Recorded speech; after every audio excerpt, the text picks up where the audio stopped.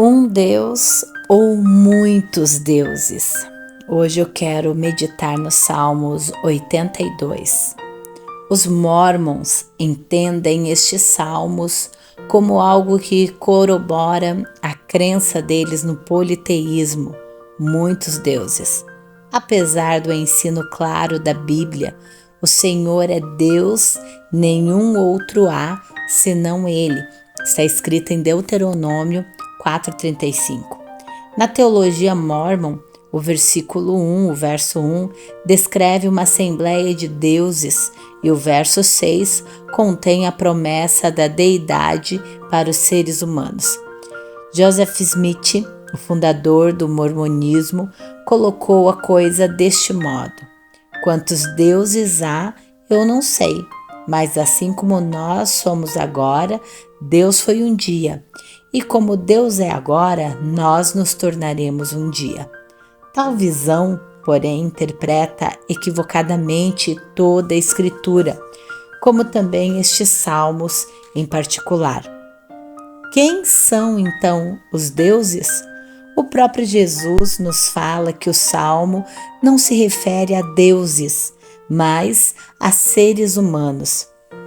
Os deuses são aqueles a quem a palavra de Deus foi dirigida. Quem é o quem que Jesus está falando? O povo de Israel, para quem o Antigo Testamento foi dado.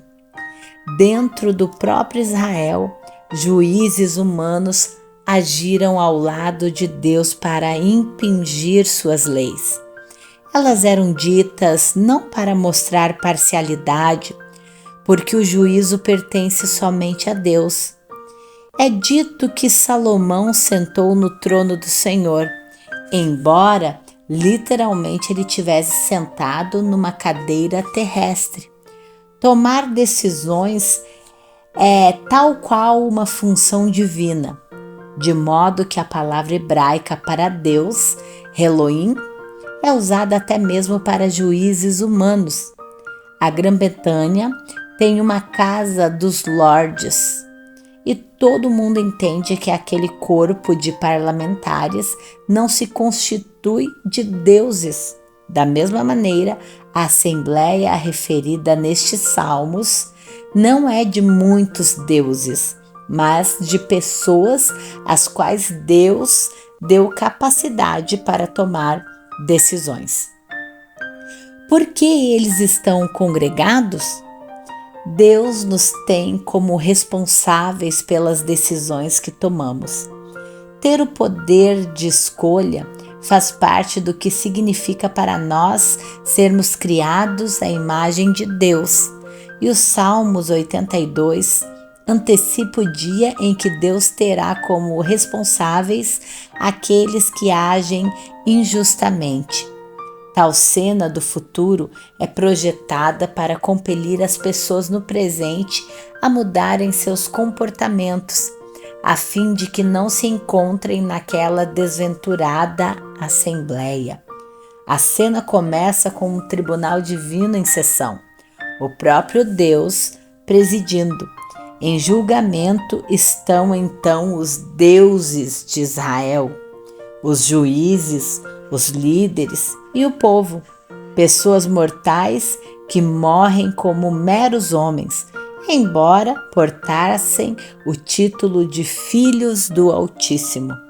Só uma pergunta é feita aos réus: até quando julgareis injustamente e resplandecereis a aparência da pessoa dos ímpios?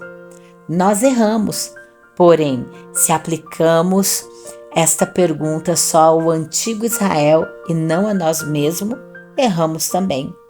Deus considera todas as autoridades governamentais como responsáveis por agir injustamente. É por essa razão que ele institui o governo. Mas ele também nos tem como responsáveis por nosso governo próprio. E em um nível pessoal, como você trata as pessoas?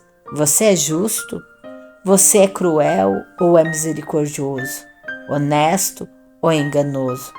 Você usa os outros para cumprir os seus propósitos egoístas? ou em vez disso você o serve? Você gostaria que outras pessoas o tratassem melhor do que você as trata? O que os membros da sua família realmente pensam de você? Eles o consideram como uma pessoa que se preocupa com o bem-estar deles ou como um que os domina? Como alguém que exige ou com quem dá? Como uma pessoa que reclama ou alguém agradecido? As pessoas, para todas essas perguntas, têm a ver com o governo próprio. Como você está administrando a sua vida? Que decisões você está tomando para que a sua vida interior e as suas ações externas se alinhem com as intenções de Deus e o propósito em dar-lhe a vida? O que acontece com eles? A pergunta do verso 2 resulta da acusação feita, que aqueles não têm defendido o pobre e o órfão em juízo, feito justiça ao aflito e ao necessitado, livrado o pobre e o necessitado, tirando-o das mãos dos ímpios.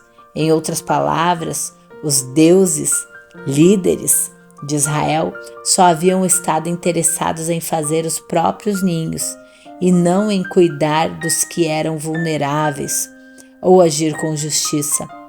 Deus considera tais deuses como conhecedores de nada, porque eles vivem sem uma bússola moral.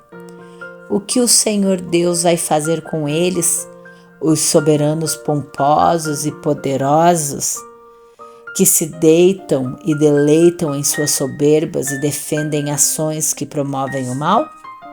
Primeiro, ele os faz lembrar da grande chamada. Ele os deu poder de escolha. Nesse sentido, eles eram deuses, mas eles falharam e não governaram as próprias vidas tal como Deus deseja. Então, ele promete desalojá-los. Você está na Assembleia? É absolutamente claro que este desventurado grupo inclui apenas aqueles que não têm conduzido suas vidas de uma forma agradável a Deus. Assim, Asaf fica fora daquela assembleia e faz um comentário final. Ele tem visto o diálogo de Deus com os deuses.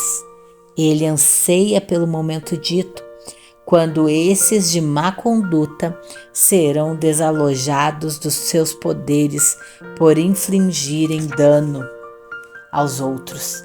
A hora quando o próprio Deus traz os ímpios ao seu supremo tribunal.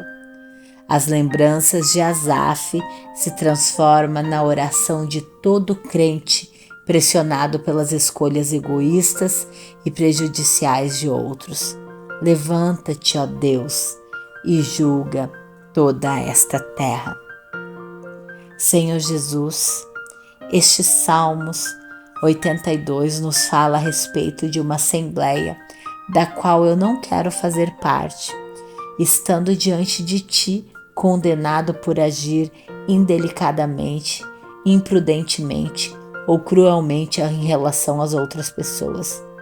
Então, deixe-me, em vez disso, estar naquela outra assembleia na qual Tu estás a dizer: bem, meu servo bom e fiel, entrai para as bodas do Cordeiro.